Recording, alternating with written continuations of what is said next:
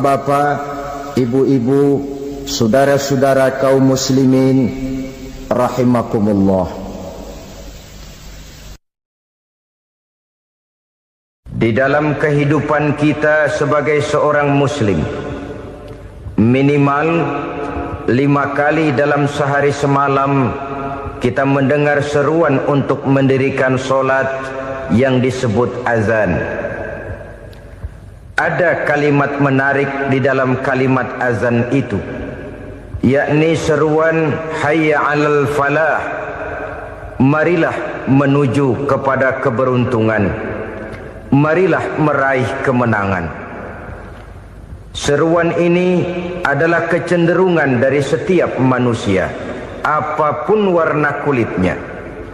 Artinya, setiap orang dalam hidup selalu ingin meraih dan mencari kemenangan. Kemenangan akan melahirkan kepuasan batin, dan kepuasan batin memberikan kebahagiaan. Sedangkan kekalahan melahirkan penderitaan batin, dan penderitaan batin menjerumuskan seseorang di dalam berbagai bentuk kerugian. Jikalau inilah seruan azan, maka masalahnya ialah apa yang menyebabkan kita meraih kemenangan. Al-Quranul Karim memberikan tuntunan dan ajaran kepada kita bahwa orang-orang yang memperoleh kemenangan itu tidak lain adalah orang-orang yang bertakwa. Hanyalah mereka yang bertakwa kepada Allah Subhanahu wa ta'ala pada akhirnya akan tampil sebagai pemenang. Lalu siapa orang yang bertakwa itu? Dijelaskan dalam awal-awal Al-Baqarah, orang yang bertakwa yang akan meraih kemenangan. Pertama, alladzina yu'minuna bil ghaib, yaitu orang-orang yang beriman kepada yang gaib, percaya bahwa ada alam yang gaib, alam yang abstrak, alam yang tidak bisa dijangkau oleh salah satu daripada panca indera kita. Mereka percaya dan beriman kepada adanya malaikat, beriman kepada adanya iblis dan jin, beriman kepada adanya alam kubur, beriman kepada adanya alam mahsyar, beriman kepada adanya alam akhirat, beriman kepada adanya surga dan neraka. Beriman bukan cuma sekedar beriman dalam ucapan bibir saja, tetapi beriman yang nilai iman itu mampu mewarnai gerak dan gaya hidupnya. Iman yang meresap sampai ke tulang sumsum, kemudian memberikan dampak positif di dalam kehidupan manusia. Alam, kita tahu, adalah sesuatu yang selain Allah, dan Allah bukanlah alam. Apapun namanya selain daripada Allah, itu adalah alam. Alam pada hakikatnya terbagi menjadi 2. Ada alam syahadah, alam nyata, alam konkret, alam yang bisa dijangkau oleh salah satu indera kita. Kemudian ada alam ghaib, alam yang tidak bisa dijangkau oleh panca indera kita, alam metafisika, alam abstrak, alam yang wajib kita imani keberadaannya. Kita percaya bahwa malaikat itu ada, kita percaya kepada jin, bahwa jin itu ada, kita percaya kepada adanya iblis dan setan. Bukan percaya kepada iblis dan setannya, percaya bahwa iblis dan setan itu ada. Itu termasuk salah satu daripada sifat orang yang bertakwa kepada Allah. Saudara-saudara kaum muslimin rahimakumullah, kecenderungan pembangunan yang lebih bersifat materialistis biasanya menggeser aspek kehidupan rohani. Orang berpikir empiri, dan dalam pola pikir yang demikian, maka alam gaib tidak lagi mendapat perhatian. Aspek kehidupan yang bersifat rohaniah malah mulai ditinggalkan. Akibatnya terjadilah kepincangan di dalam kehidupan kita. Pernah ada satu pengalaman pribadi dalam perjalanan kembali ke tanah air. Dalam pesawat di sebelah kanan saya duduklah seorang Jerman namanya Heiner Simonsen. Iseng saya ajak kenalan, saya ajak ngobrol, saya tanya dia. Saya bilang, Mas Heiner ini, kalau pesawat yang kita tumpangi ini jatuh ke bawah, kira-kira apa yang bakal terjadi, Mas? Dia bilang, kita semua akan mati. Begitu? Iya. Oke. Apa itu mati? Tanya saya. Dia bilang, untuk tahu apa itu mati, kita harus tahu lebih dahulu apa itu hidup. Saya pikir nih bule bisa ngomong juga. Baiklah kata saya. Apa hidup menurut Anda itu? Oh, hidup itu dia bilang, kalau seluruh anggota badan kita bekerja secara normal.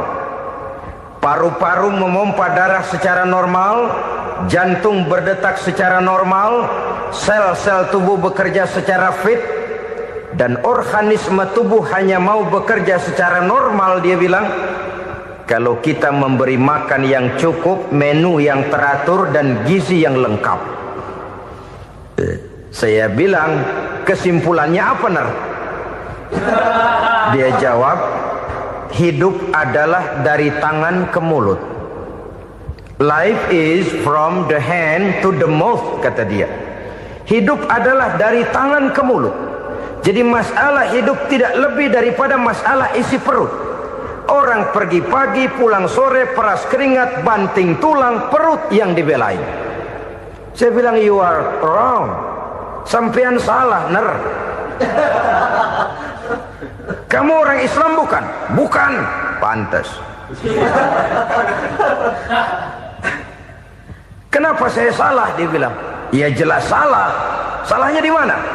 Kamu ini manusia. Kalau hidup cuma dari tangan ke mulut, saya bilang, kambing di kampung saya juga begitu pikirannya, Ner. Itu kambing di kampung saya, asal perutnya kenyang, sudah hidup dia. Perkara besok bagaimana, lusa prospeknya macam mana, bulan depan ada apa, kambing nggak pernah mikir. Di kampung saya kambing juga pikirannya begitu. Kamu Kristen ya? Tadinya. Loh kok tadinya, lalu apa sekarang kamu ini? Dia bilang, sekarang saya netral. Saya tidak beragama, tapi saya percaya kepada Tuhan sebagai pencipta alam. Saya ingat benar dia bilang, I haven't any religious, but I believe to God as the creator of the world. Kenapa bisa netral begitu, Ner? Habis saya bingung katanya. Islam bilang Islam baik, Kristen bilang Kristen baik, Hindu Buddha bilang Hindu Buddha baik, semua agama baik. Saya netral sekalian, nggak beragama. Yang penting saya percaya kepada Tuhan. Saya bilang, Ner, kamu ini kayak orang mau beli celana, lalu bingung. Yang satu bilang Levi's bagus, yang satu bilang Blue Jean hebat, yang satu bilang Wool England hebat. Celana ini hebat, celana itu bagus, celana ini hebat. Semua celana bagus, kamu bingung. Akhirnya netral, tidak pakai celana. Itu juga salah. Saya pikir-pikir, kemudian saya melihat bahwa dua pola berpikir Heiner ini nampaknya sudah mulai menggejala di lingkungan masyarakat bangsa kita. Disadari atau tidak, secara jujur kita harus berkata, dua pola pemikiran Heiner ini mulai berkembang di tengah masyarakat bangsa kita. Pertama, pola pikir materialisme. Hidup adalah dari tangan ke mulut. Masalah hidup tidak lebih masalah isi perut. Itu yang perlu dibela, dan disitulah arti kehidupan. Pergi pagi, pulang sore, peras keringat, banting tulang untuk mempertahankan perut. Kalau sudah kemari cara orang berpikir, maka buat apa percaya kepada yang gaib? Untuk apa sholat? Untuk apa puasa? Untuk apa zakat? Untuk apa menghadiri majelis taklim? Tanpa kepercayaan kepada yang gaib, hidup berjalan menurut alur empiris dan materialis. Kalau sudah ke sana cara orang berpikir, biasanya orang lalu cenderung menghalalkan segala cara. Hanyalah orang yang percaya bahwa akhirat ada. Hanyalah orang yang percaya bahwa alam kubur itu ada. hanyalah orang yang percaya bahwa malaikat itu ada, hidupnya akan lebih terarah dan terkendali. Karena kepercayaan kepada yang gaib, yang merupakan fase daripada kehidupan setelah hidup yang sekarang ini, mewarnai gerak pribadi seseorang di dalam dia melakukan kegiatan hidupnya. Pola berpikir materialisme, disadari atau tidak, mulai menggejala di lingkungan masyarakat bangsa kita. Hidup tidak lebih dari urusan tangan ke mulut, mulut ke tangan, tangan ke mulut. Asal perut sudah kenyang, hiduplah sudah. Perkara bagaimana prospek hari yang akan datang, bagaimana akhirat, tidak jadi persoalan. Ini yang oleh Nabi diperingatkan, ad-dunya sijnul mu'min wa jannatul kafir. Dunia adalah penjara bagi orang beriman dan surga bagi orang kafir. Dulu di zaman Belanda hadis ini pernah disalah tafsirkan, disalah artikan, digunakan sebagai senjata untuk mengkebiri dan membuat impoten umat Islam. Sudahlah umat Islam gak usah macam-macam, kata Belanda. Dunia ini kan penjara buat orang Islam, surga buat orang kafir. Di penjara jangan bertingkah.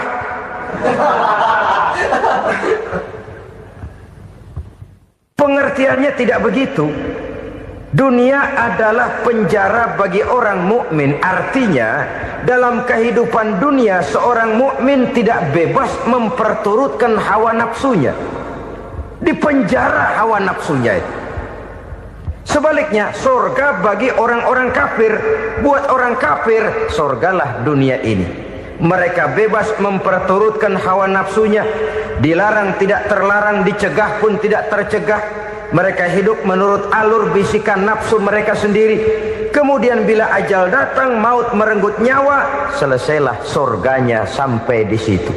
Maka bagi orang-orang yang tidak percaya kepada adanya akhirat, kepada adanya alam gaib, surganya sebatas umurnya. Sekali lagi, surganya sebatas umurnya. Bila umur selesai, ajal pun datang merenggut nyawa, selesailah sudah surganya sampai di situ. Alangkah pendeknya perjalanan orang-orang yang tidak percaya kepada alam gaib ini. Bagi kita mukmin, jikalau kita mampu memenjarakan hawa nafsu, kita bisa bahagia di dunia ini. Dan Islam memang tidak menyuruh kita sengsara di dunia. Raih dunia, kejar dunia, gapai dunia sebagai alat untuk mencapai kebahagiaan di akhirat nanti. Hidup adalah satu perjalanan panjang yang terbentang sejak kita terlahir dari alam rahim sampai kepada alam akhirat nanti.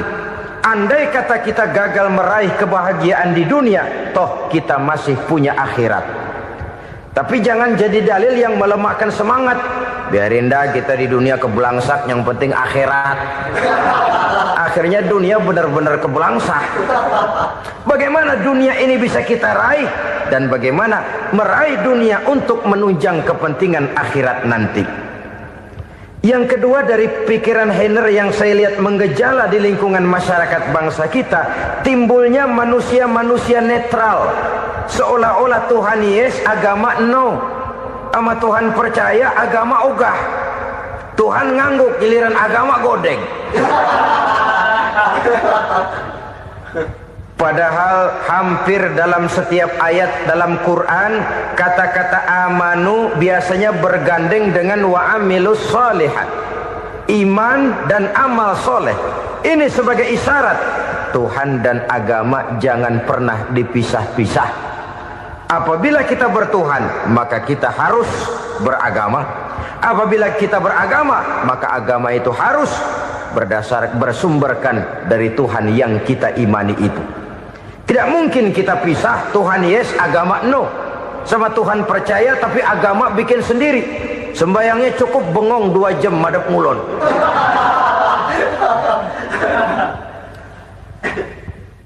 Saudara-saudara kaum muslimin rahimakumullah.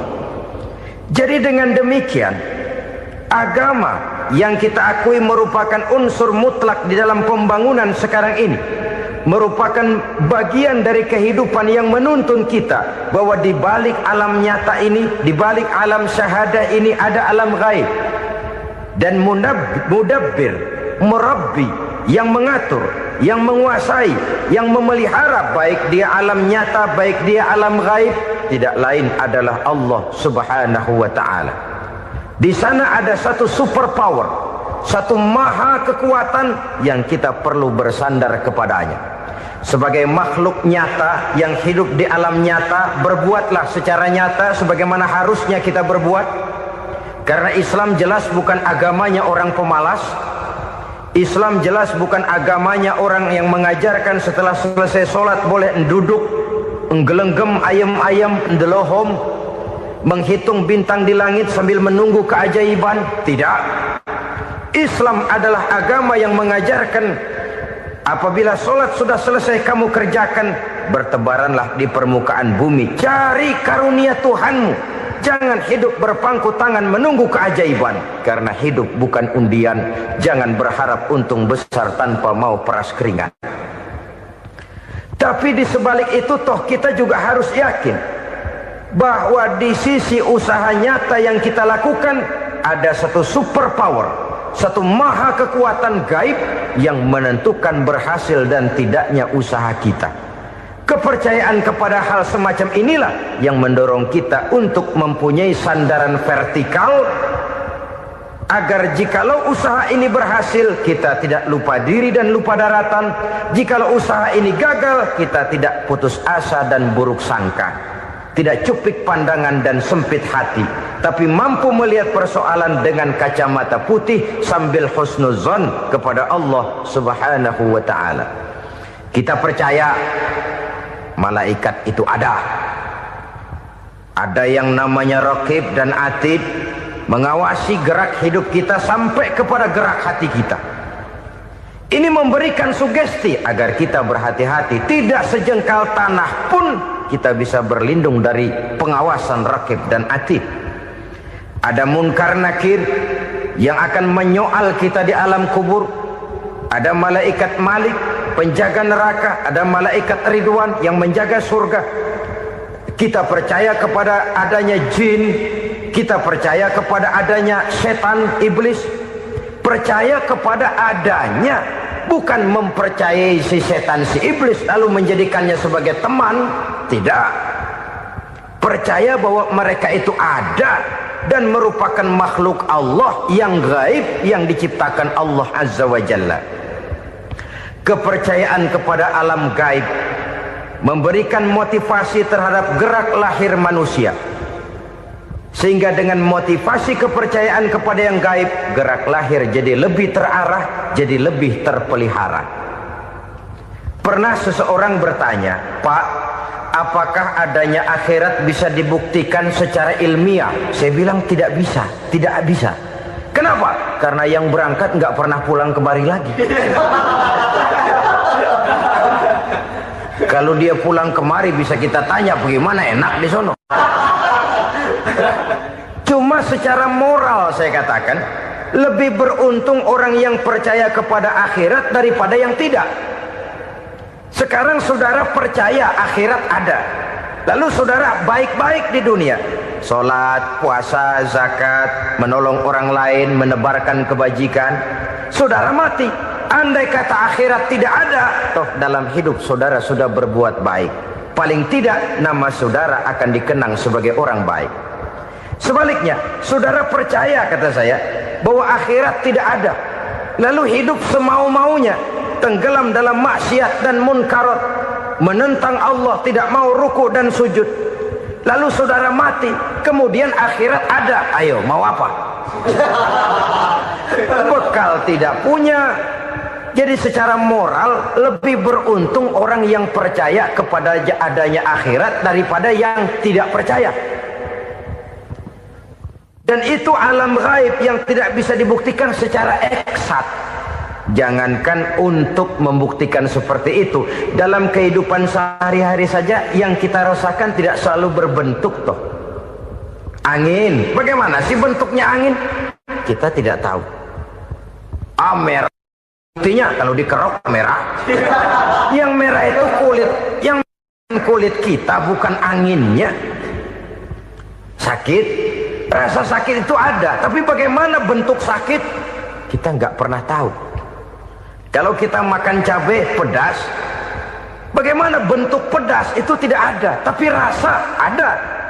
Bentuk pedas hijau, cabainya bukan pedasnya. Tidak semua yang kita rasakan bisa kita gambarkan dalam bentuk yang konkret.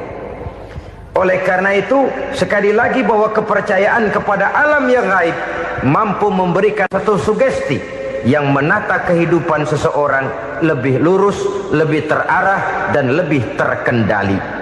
Maka wajar kalau kepercayaan kepada yang gaib mengantarkan seseorang untuk meraih kemenangan. Kenapa? Dia percaya kepada yang gaib, bahwa akhirat ada, bahwa alam kubur ada, bahwa pertanggungan jawab itu ada. Maka dia lalu tidak hidup saenae udele dewe, itu loh. Tidak hidup menurut seleranya sendiri, terarah, teratur. Ini cirinya yang pertama. Orang bertakwa yang akan meraih kemenangan, mereka beriman, mereka percaya kepada yang gaib. Bahkan hal-hal konkret saja selalu berangkat dari yang gaib. Saudara-saudara, para remaja, para pemuda sekarang ini tidak pernah tahu toh siapa yang akan jadi teman hidup saudara. Kita bisa saja ngerancang, mentargetkan, tapi toh akhirnya yang namanya jodoh bukan kekuasaan kita. Rezeki di luar kemampuan kita. Begitu juga ajal, maut, jodoh, ajal adalah contoh-contoh konkret bahwa pada akhirnya yang gaiblah yang menentukan. Bertahun-tahun ngelancong, emang jodoh seret nggak jadi.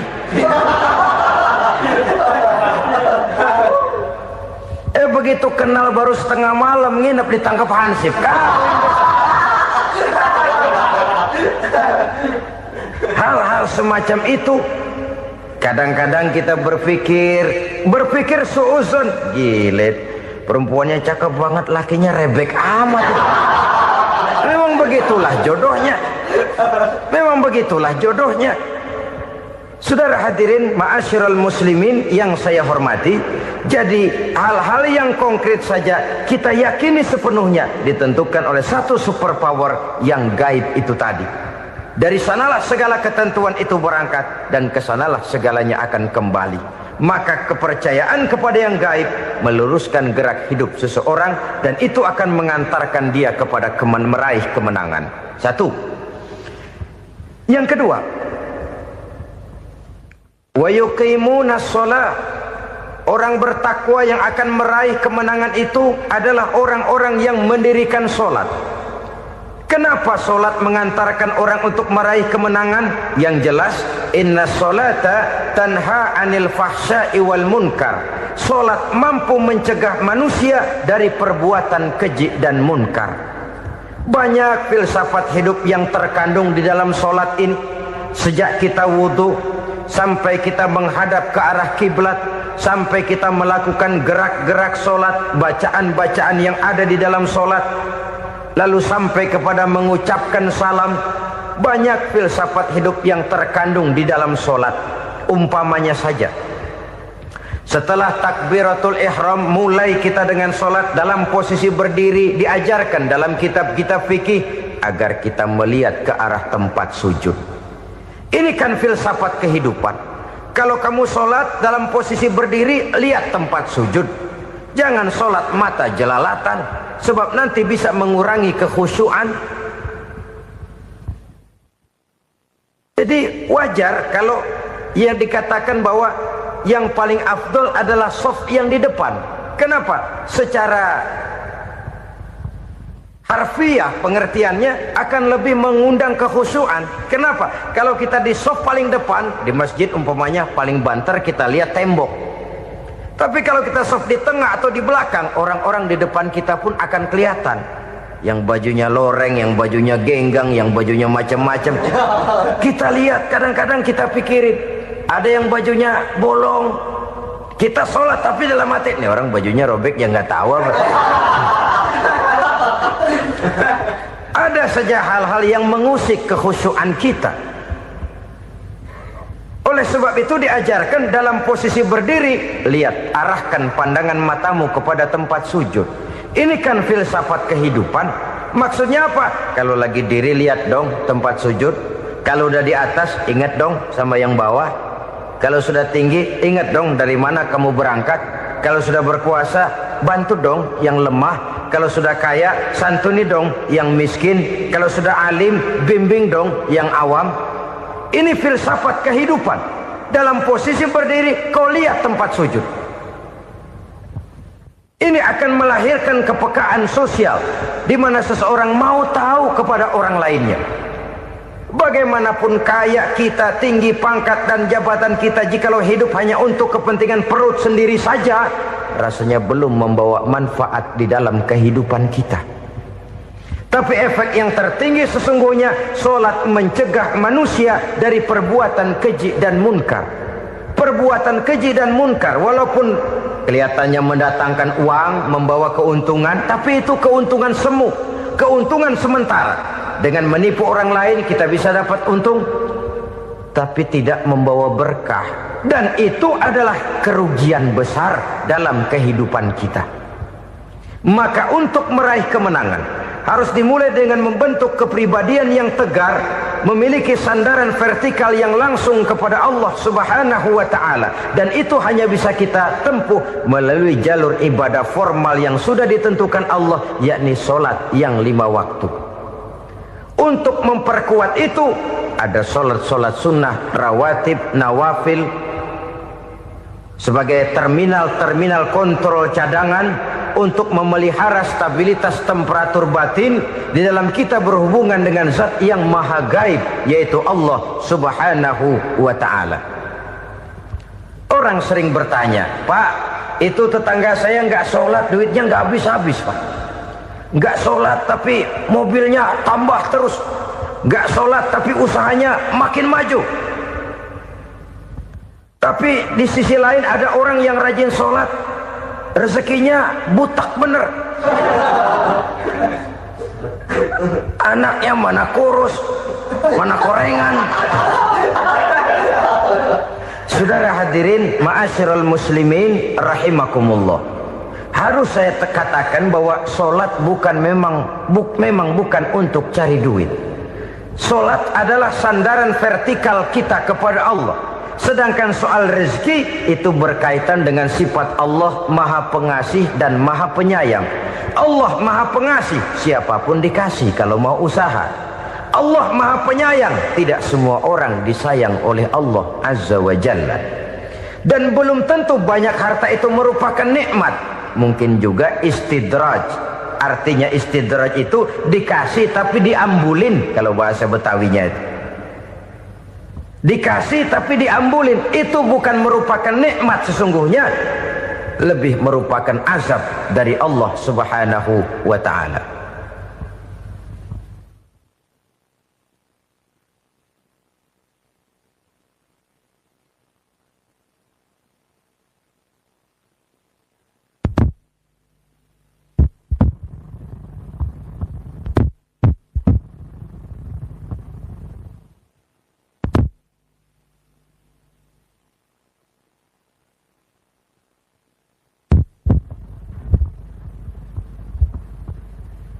Agama mempunyai sistem solat, dan kita umat Islam telah dituntun oleh Allah Subhanahu wa ta'ala yang wajibnya 5 kali dalam sehari semalam mendirikan solat, dan itu tentu berada dalam jangkauan kemampuan manusia. Pada awalnya barangkali kita memang merasa solat itu satu kewajiban, tapi semakin kita hayati makna, manfaat dan filsafat yang terkandung di dalam ajaran solat, semakin sampai kita kepada keyakinan bahwa solat adalah keperluan kita.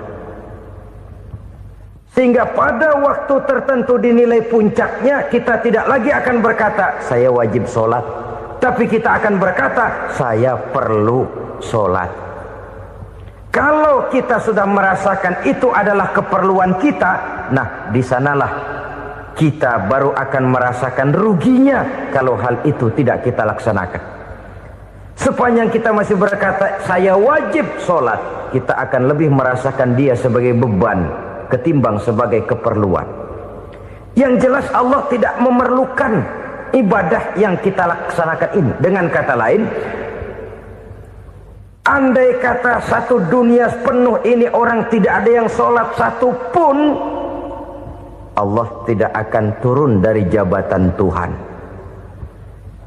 Jangan lalu berpikir kalau kita ngambek se-RW kagak sembahyang Tuhan tekor kali ini ya. Tentu tidak. Itu perlunya kita, bukan perlunya Allah. Dan pada induknya kita akan berkata, saya perlu agama.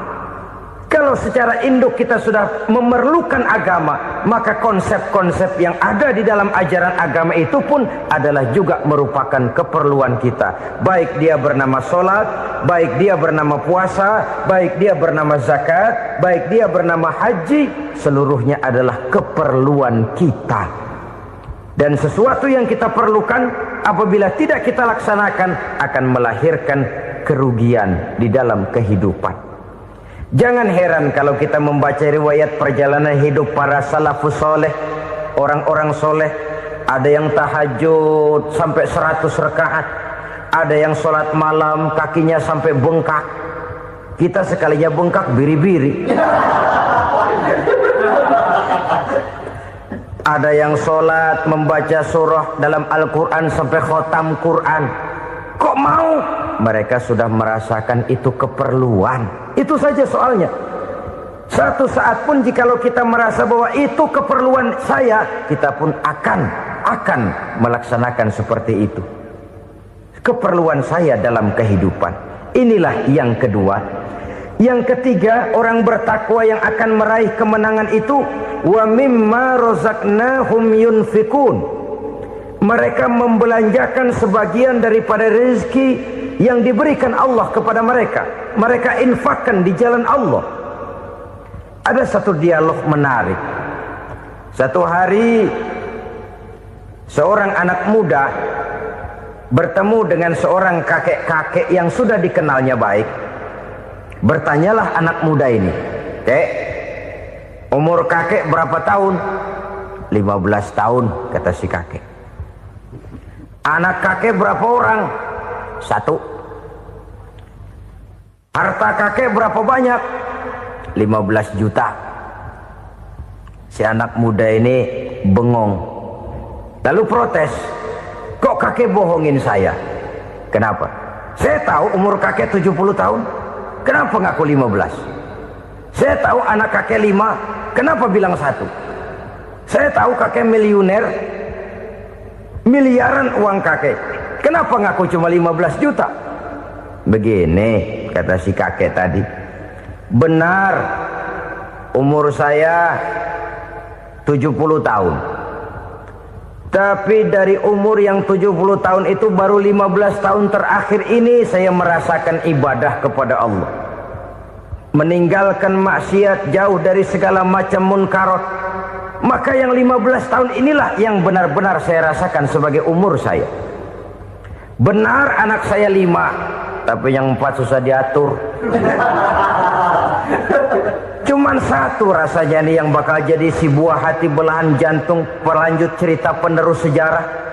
Cuma 1 ini yang saya harapkan, yang akan jadi anak soleh, yang akan membuat saya menerima pensiunan pahala. Kalau yang 4 apek dah, nggak ada harapan. Yang 1 nyekek botol melulu. Oh begitu, iya. Lalu kenapa kakek bilang harta kakek cuma 15 juta padahal saya tahu kakek uangnya miliaran, depositonya banyak? Ya karena 15 juta itulah yang saya ingat yang pernah saya belanjakan di jalan Allah. Saya merasa itulah harta saya yang sebenarnya. Yang miliaran yang saya simpan di bank kelak kalau satu saat saya mati akan jadi rebutan di antara anak-anak saya.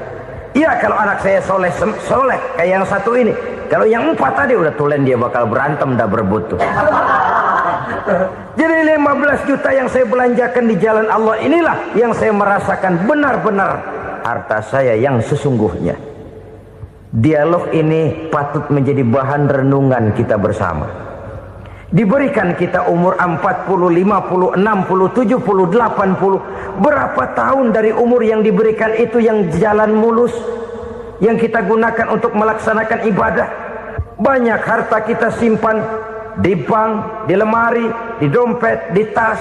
Tapi berapa yang sudah kita depositokan di jalan Allah yang akan menemani kita di hari kita kembali nanti?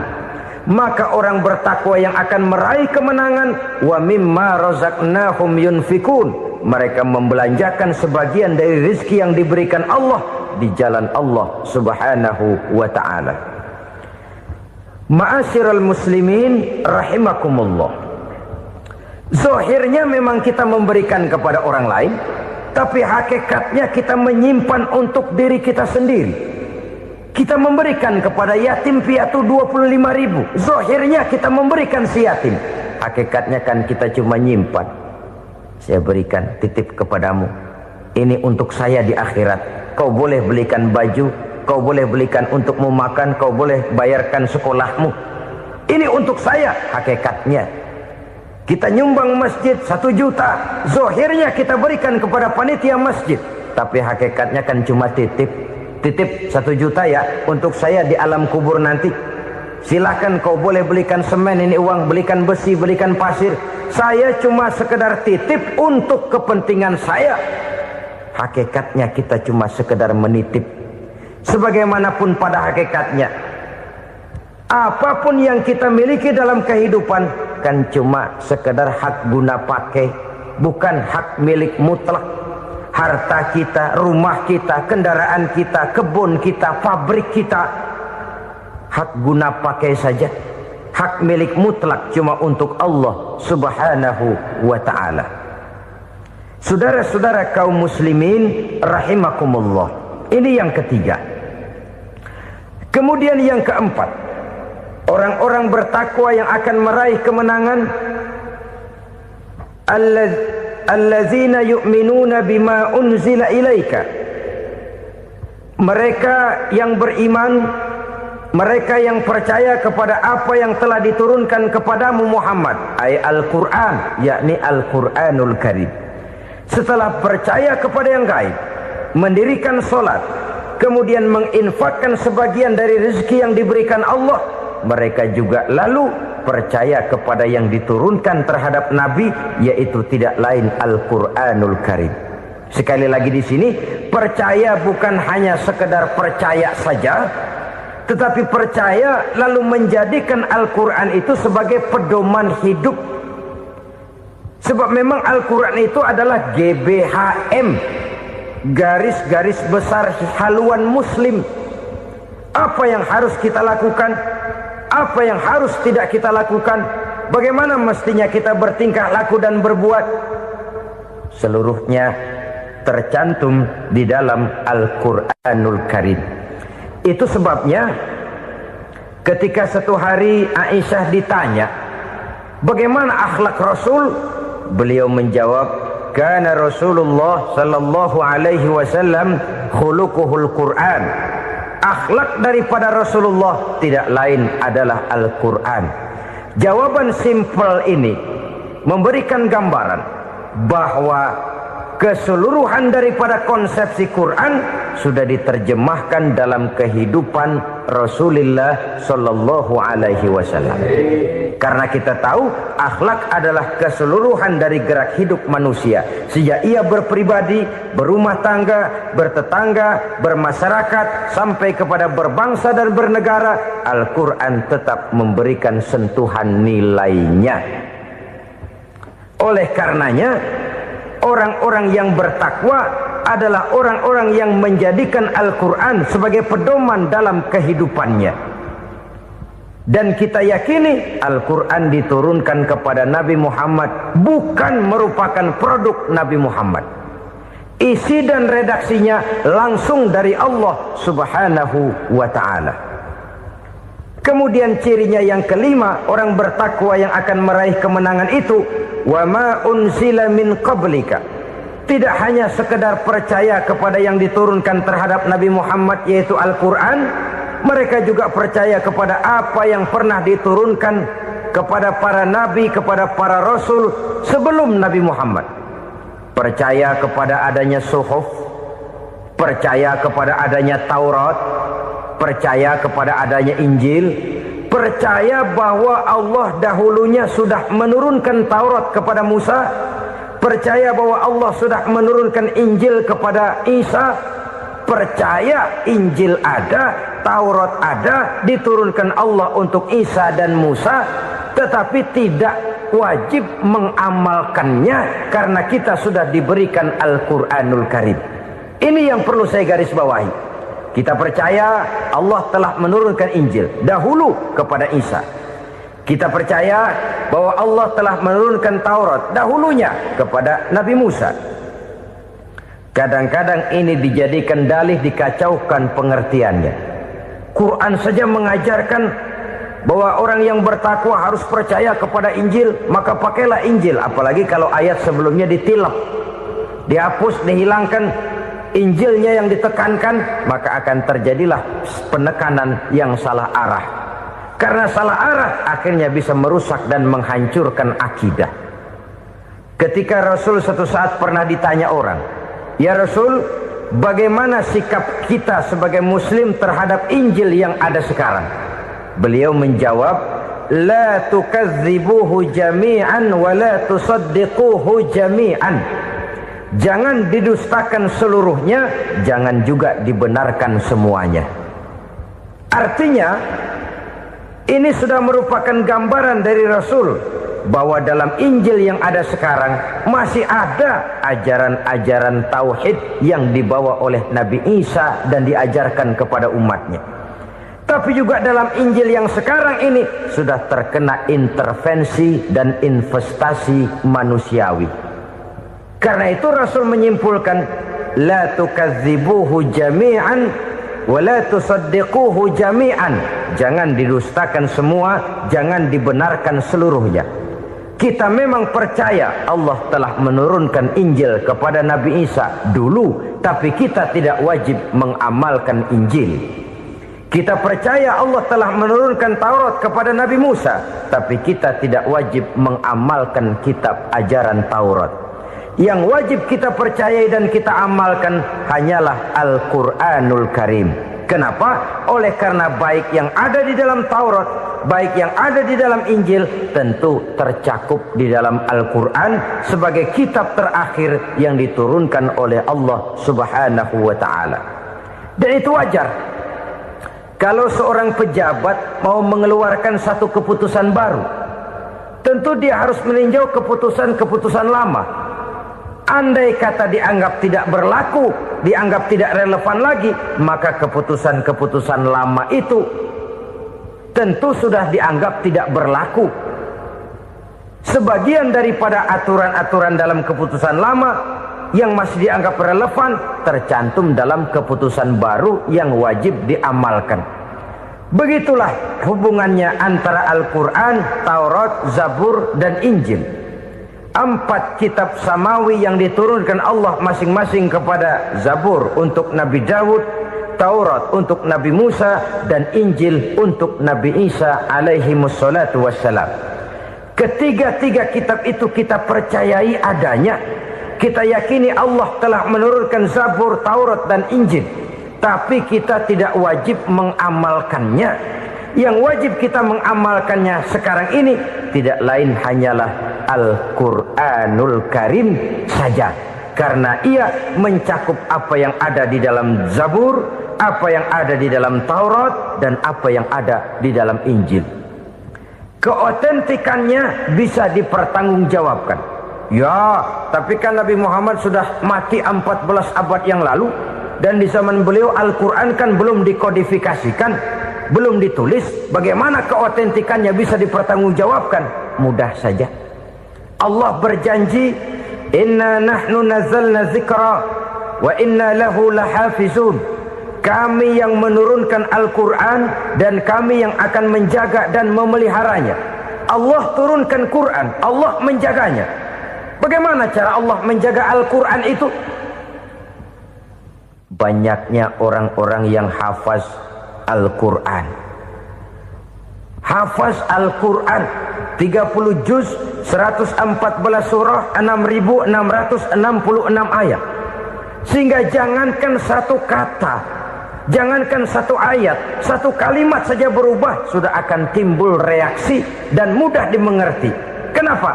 Banyak orang-orang yang hafaz Al-Quran. Sedangkan pada setiap akhir tahun biasanya malaikat Jibril selalu mengadakan checking terhadap ayat-ayat yang diturunkan pada waktu itu. Di zaman Nabi sendiri sudah ada usaha kodifikasi. Dan yang lebih luar biasa lagi, sampai hari ini tidak seorang pun mampu membuat satu ayat saja semacam Al-Quran.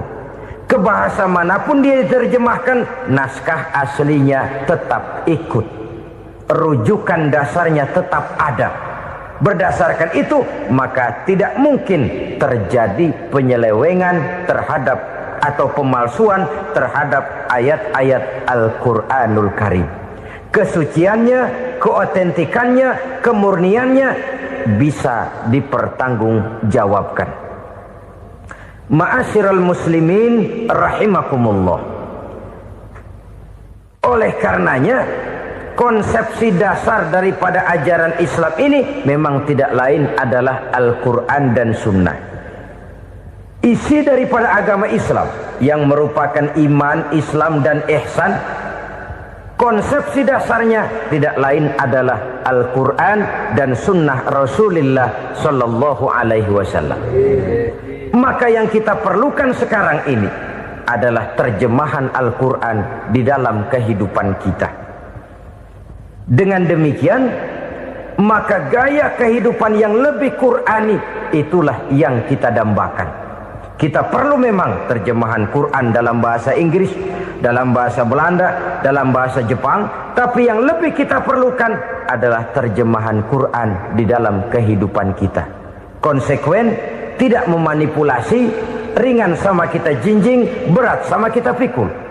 Jangan kalau lempengan ayat Quran tuh kira-kira enak diamalin, keras teriakan kita. Giliran kira-kira ayat Quran itu mukul kepala kita sendiri, diam kita. Itu ciri yang pernah disindir Allah dalam awal-awal Baqarah juga. Ciri beragamanya orang yang munafik. Kullama adha'a lahum masyawfih, kata Allah. Wa iza azlama alaihim qamu. Apabila terang mereka jalan, apabila gelap mereka berhenti. Artinya, kalau kira-kira di Islam nguntungin, rame-rame pada teriak Islam. Tapi ketika diminta untuk berjuang, ketika dituntut untuk berkorban, rame-rame mengundurkan diri. Nasib agama tidak ubahnya seperti daun pisang yang dikait orang di tepi jalan lantaran tak berpayung di ketika hari hujan. Manakala hujan usailah sudah, daun itu pun dicampakkan di tepi jalan, diinjak pula orang nan lalu. Artinya, orang menjadikan agama cuma sebagai lipstick, decoration only, tidak konsekuen. Hanya pada saat-saat kelihatannya Islam membawa keuntungan, rame-rame orang teriak-teriak tentang Islam.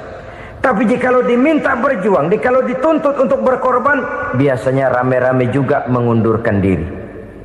Jangan heran kalau mayoritas hitungan kita, tapi minoritas peranan kita. Kuantitas kita dalam jumlah, tapi dalam kualitas kita lebih sering jadi penonton daripada jadi pemain. Padahal itu sangat tidak boleh terjadi. Umat Islam di Indonesia harus bangkit. Umat Islam di Indonesia harus sadar akan keberadaannya. Tidak boleh hanya jadi penonton berpangku tangan. Karena memang agama kita juga mengajarkan untuk konsekuen di dalam menjabarkan ajaran-ajaran daripada agama kita. Kita sering jatuh menjadi umat yang lemah oleh karena kita ini tidak pandai menggalang kebersamaan yang diakibatkan tidak konsekuennya kita. Diistilahkan bahwa umat Islam di dalam menggalang kebersamaannya itu harus seperti orang main sepak bola. Saudara-saudara kan tahu orang main sepak bola itu. Orang main sepak bola, kalau pertandingan belum dimulai sih silakan saja kumpul di luar lapangan, atur strategi yang baik. Tapi kalau pertandingan sudah dimulai, turun ke lapangan hijau, jangan kumpul terus. Ada sepak bola gotong royong, mundur-mundur rame-rame, depan ke depan kumpul melulu mainnya. Kalah. Orang main sepak bola itu ya harus ada penyerang tengah, harus ada penjaga gawang, harus ada strikernya, harus ada kiri luarnya, kanan dalamnya yang jadi backnya. Posisi boleh bermacam-macam, tapi yang penting saling ngoper untuk menggolkan gawang lawan. Begitulah umat Islam ini. Boleh ada yang jadi pejabat, boleh ada yang jadi pengusaha, boleh ada yang jadi petani, silakan ada yang jadi seniman, ada yang jadi penyair, ada yang jadi artis sekalipun. Tapi kalau sudah berhasil menguasai bola, jangan lupa operannya. Operan itu yang langka. Kita ini muslim kadang-kadang kalau sudah memegang menguasai bola, kalau belum mau mampus, belum mau ngoper. Nanti kalau sudah nggak punya bola, baru mau ngoper. Kalau sudah dengar-dengar mau dekat pensiun, baru mau jihad, baru mau berjuang, baru mau ngurus pesantren. Tanda tangan sudah tidak laku, memo sudah tidak dihargai, baru mau berjuang. Kemarin kemana mas? Kita tidak pandai memanfaatkan posisi. Dengan kata lain, kalau kembali kepada persoalan kita, konsekuensi kita terhadap agama yang kita anut ini belum ideal. Kita masih lebih sering berislam ini pada saat-saat yang menurut perhitungan kita membawa keuntungan.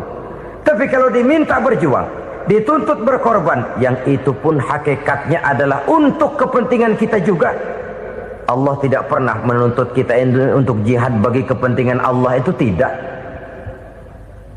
Berjuang menegakkan agama Allah, apakah untuk kepentingan Allah? Tidak. Untuk kepentingan kita. Sebab nilai-nilai jihad itu pada akhirnya akan membawa kita kepada suatu kebahagiaan. Setidaknya kalau tidak di dunia, tentu di akhirat sebagai syahid. Oleh karena itu, pada bagian akhir ini saya ingin mengajak, marilah kita konsekuen. Sekali kita berkitabkan Al-Quranul Karim, mari dia kita jadikan pedoman. Jangan cuma kita jadikan sebagai penghias dinding, pelengkap rumah, bahwa di rumah kita ada Al-Quran, tapi yang baca kecoa. Habis pada bolong tuh Quran. Yang penting kan punya Quran. Ditaruh di pintu rumah. Biar apa? Biar kuntilanak kagak masuk katanya. Ya apa itu nasib Quran, cuma kerjanya jaga pintu, ngusir kuntilanak, ngusir memedi. Bagaimana kita hidup menurut tuntunan Al-Quran? Kadang-kadang tidak pernah menjadi masalah bagi kita. Maka bagaimanakah Al-Quran akan mungkin membawa keberkahan dalam hidup kalau ajarannya kita injak-injak dalam keseharian kita? Mewujudkan gaya hidup yang lebih Qurani, itulah yang akan kita rintis di dalam kehidupan kita. Bertahap, step by step, menurut kemampuan yang ada pada kita. Jika jalan ini tidak bisa kita selesaikan, percayalah akan ada generasi penerus yang akan melanjutkan usaha dan cita-cita mulia itu.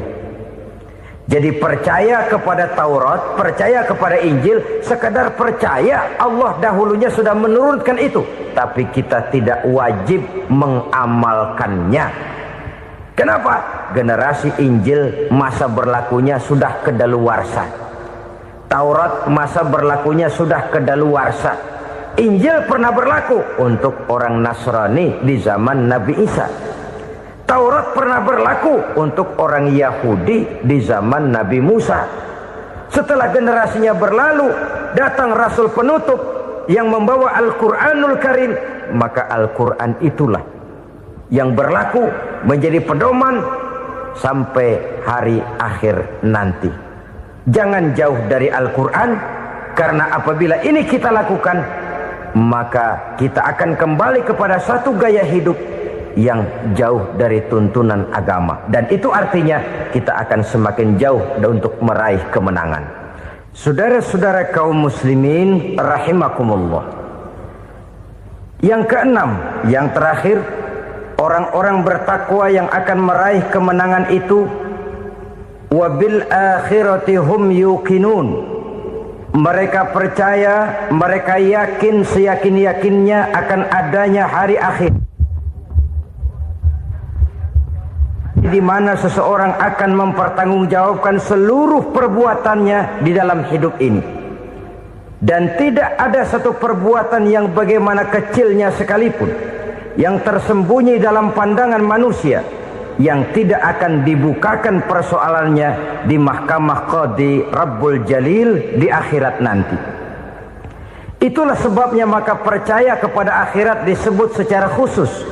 Padahal di awal tadi sudah dijelaskan yu'minuna bil ghaib, percaya kepada alam gaib, dan alam gaib ini termasuk akhirat. Kenapa pada bagian akhir disebut lagi akhirat?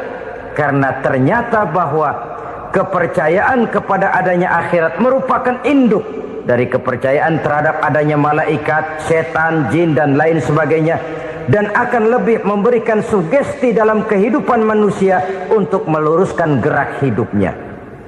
Jikalau satu saat tergerak hati akan berbuat kejahatan, ingin mencuri, sadarlah, awas ada akhirat.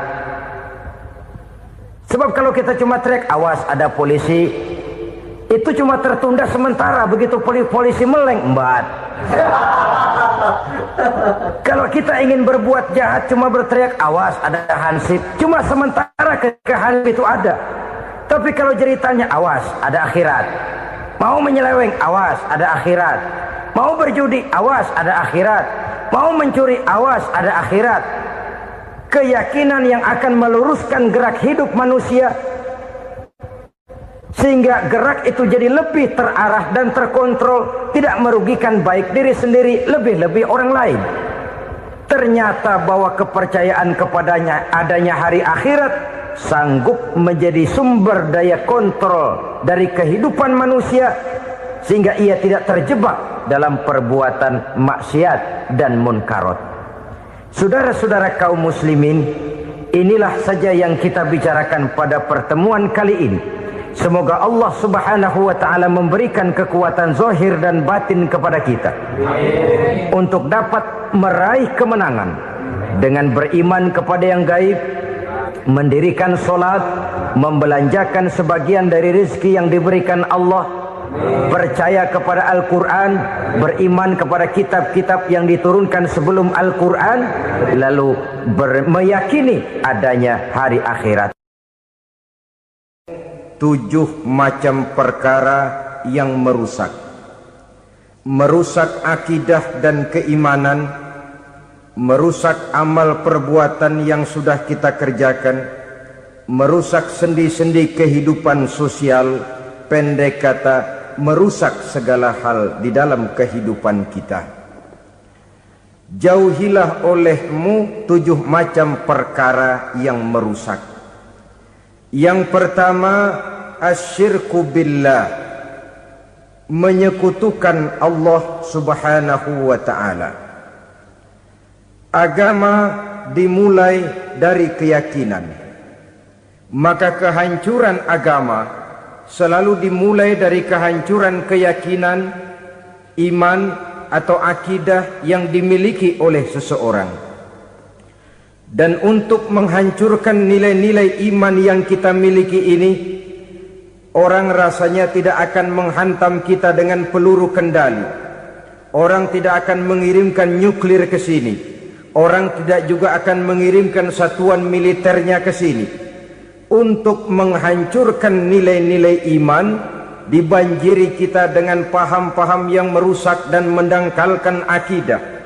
Baik ia bernama materialisme, baik ia bernama sekularisme, baik ia bernama banjirnya maksiat dan munkarat, baik ia bernama banjirnya peradaban dan kebudayaan yang menghancurkan moral daripada anak-anak kita, sedikit demi sedikit melenturkan dan melunturkan nilai-nilai keimanan kita, untuk kemudian pada waktunya nilai iman itu akan bertukar dan berganti menjadi nilai syirik kepada Allah subhanahu wa ta'ala. Atau pada sisi lain, menjadikan yang selain Allah sebagai tujuan akhir daripada kehidupan kita. Sedangkan kita sama-sama maklum bahwa di dalam pandangan agama Islam, dosa yang tidak berampun, dosa yang terbesar, termasuk dalam kategori bapak moyangnya dosa, tidak lain adalah syirik, yakni menyekutukan Allah subhanahu wa ta'ala. Pola penghancuran iman ini memang berstrategi. Ditawarkan kita kepada paham materialisme, paham kebendaan, di mana otak menempati urutan sebagai ranking pertama, Tuhan jatuh pada urutan kedua. Lalu menyusul kepada paham sekularisme, Allah dipisahkan dari seluruh kegiatan hidup ini, untuk pada gilirannya menjadikan yang selain Allah sebagai tujuan akhir daripada seluruh kegiatan hidup kita. Oleh karenanya, kewajiban menjaga nilai-nilai iman ini merupakan kewajiban yang mulia tetapi berat, tidak hanya untuk kita, tetapi juga bagaimana mewariskannya kepada anak-anak kita, generasi yang akan datang. Orang-orang tua bijaksana yang diceritakan di dalam Al-Quran, kalau sudah berpikir tentang anak-anaknya, pertanyaan yang paling mereka risaukan ialah, ma ta'buduna min ba'di. Anakku, kalau pada satu saat aku, ayahmu sudah tidak ada lagi di dunia ini, meninggalkan kamu semua, ma ta'buduna min ba'di, apa yang akan kamu sembah nak? Jikalau sekarang ayahmu masih mau ke masjid, masih mau melakukan rukuk dan sujud, masih beribadah menyembah Allah Subhanahu wa ta'ala, kalau orang tuamu sudah tidak ada, ma ta'buduna min ba'di, masihkah engkau mau datang ke masjid? Masihkah engkau mau rukuk dan sujud? Masihkah engkau mau menyembah Allah Subhanahu wa ta'ala? Pertanyaan ini yang dipikirkan oleh Nabi Yakub kepada putra-putranya. Pertanyaan ini yang diteruskan oleh Nabi Ibrahim kepada anak-anaknya. Pertanyaan ini yang diwariskan oleh generasi ulama salafus saleh kepada para generasi berikutnya. Bagaimana kita generasi sekarang? Kita orang-orang tua sekarang bukan berfikir ma ta'buduna min ba'di, malah yang kita fikirkan ma ta'kuluna min ba'di. Kalau bapak tidak ada nanti kamu makan apa nak? Perkara kamu nyembah apa, urusan nomor 18. Yang penting kamu nanti hidup bisa makan nak. Maka kita sibuk mewariskan harta kepada anak-anak kita. Kita sibuk mewariskan kebun dan tanah kepada anak-anak kita. Kita sibuk mewariskan pabrik kepada anak-anak kita, sementara kita lupa mewariskan intan yang paling mahal, mewariskan mutiara yang paling berharga, yaitu nilai iman kepada Allah Subhanahu wa ta'ala.